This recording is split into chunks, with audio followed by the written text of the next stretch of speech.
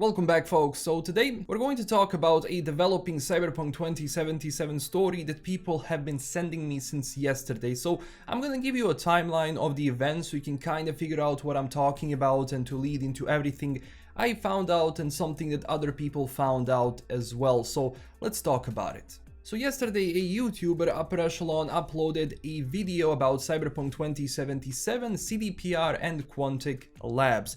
Now keep in mind, in that video, allegedly, he received a report from someone, a whistleblower from Quantic Labs, which allegedly, talks about mispractices within the company. Now, how is that tied to CDPR and Cyberpunk 2077? Well, Quantic Labs was actually doing QA testing for Cyberpunk 2077. Prior to that, it was also doing QA testing for The Witcher 3. Now, during that time, it does seem that Quantic Labs has been allegedly, again, mistreating its employees and giving basically the work for Cyberpunk 2077 to junior employees who were not really aware of the scope of the game and who didn't have experience to handle a project of that size. So I'm gonna obviously tell you to go watch that video so you can have the full context. He's also a long-time friend of the channel, so I definitely recommend checking out the video itself.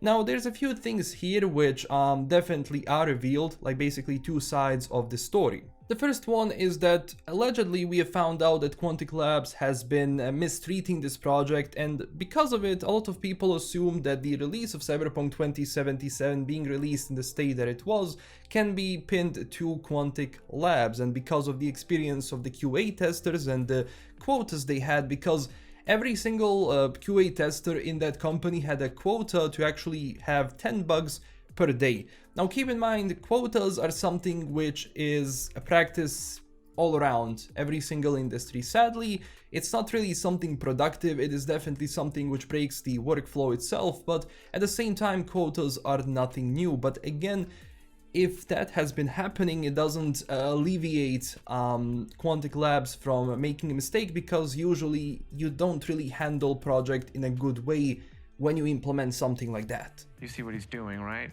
He's trying to get us to compete so we work faster. So now we come to a conclusion that actually Quantic Labs might be connected to that, and they might be one of the culprits which made Cyberpunk be released in the state that it was. But there's also a few things we have to look here. Being a producer, I worked on various events and productions. So at the same time, there has been situations where I had to outsource something. Keep in mind, I wasn't in game development. So every time someone who I outsource, something to do, they bring it back, I have to approve it and I have to look at it to see if that's something that, comes up to the standards of the project that I'm working on or working with. So at the same time, that is something I was thinking of, because it's really impossible that the management and devs working on the game didn't know about the bugs because Quantic Labs didn't report bugs in the right way. There is no chance, because every single day when you're developing that game, you will run into issues, and especially if those bugs are of the higher importance, you will be finding them and you will know about them. Now, because CDPR is a bigger company, of course they have a good amount of QA testers working on various games they work on.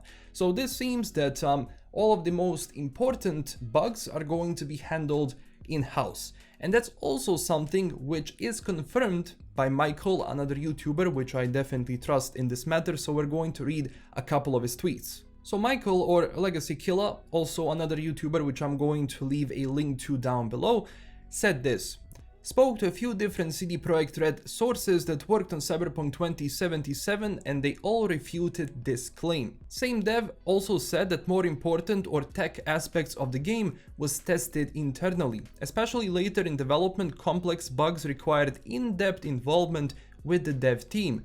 Quantic's QA role was minimal, with much of the issues being on CDPR's own mismanagement. And also another tweet says, anything that flows in is screened by internal QA, production and devs. Of course, it's not like we're morons spending hours on obviously bad bugs. Management not knowing about the bugs issues is laughable. They knew everyone knew. They will play the game all day, every day. And look, this makes sense because everything which goes into production has to go through production, and in the case of video games has to go through their own QA and their own devs. Now keep in mind, every single company is different. Not every company has the luxury of having like a QA team internally which is big and can handle those issues. So of course it's expected that you have Quantic Lab, which is, you know, doing outsourcing these things and you know, benefiting other companies. But at the same time, if this actually revealed how it is in the industry, especially concerning QA, it is very concerning, and it's a problem. But at the same time, look, everything which happened to Cyberpunk 2077 release, especially on the previous gen consoles, was like the perfect storm.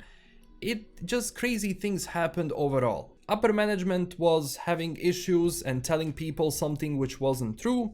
At the same time, you were having issues during development, different changes to the game. Obviously, they were probably going through different ideas and everything which might work and something which might not. Problems with Red Engine, which is obviously causing issues because they pretty much don't want to support the engine anymore. It costs money, so they will be moving to Unreal Engine 5, and then everything else which was basically happening on that release. So look, I mean, this is all...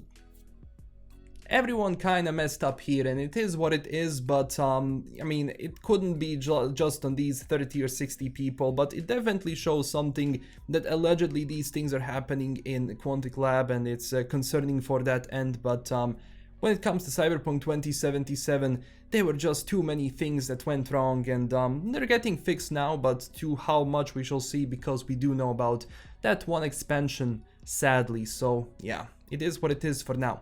Thank you so much for watching. Don't forget to tell me down below, what do you think about all of this? I hopefully kinda explained the situation, everything which was going on.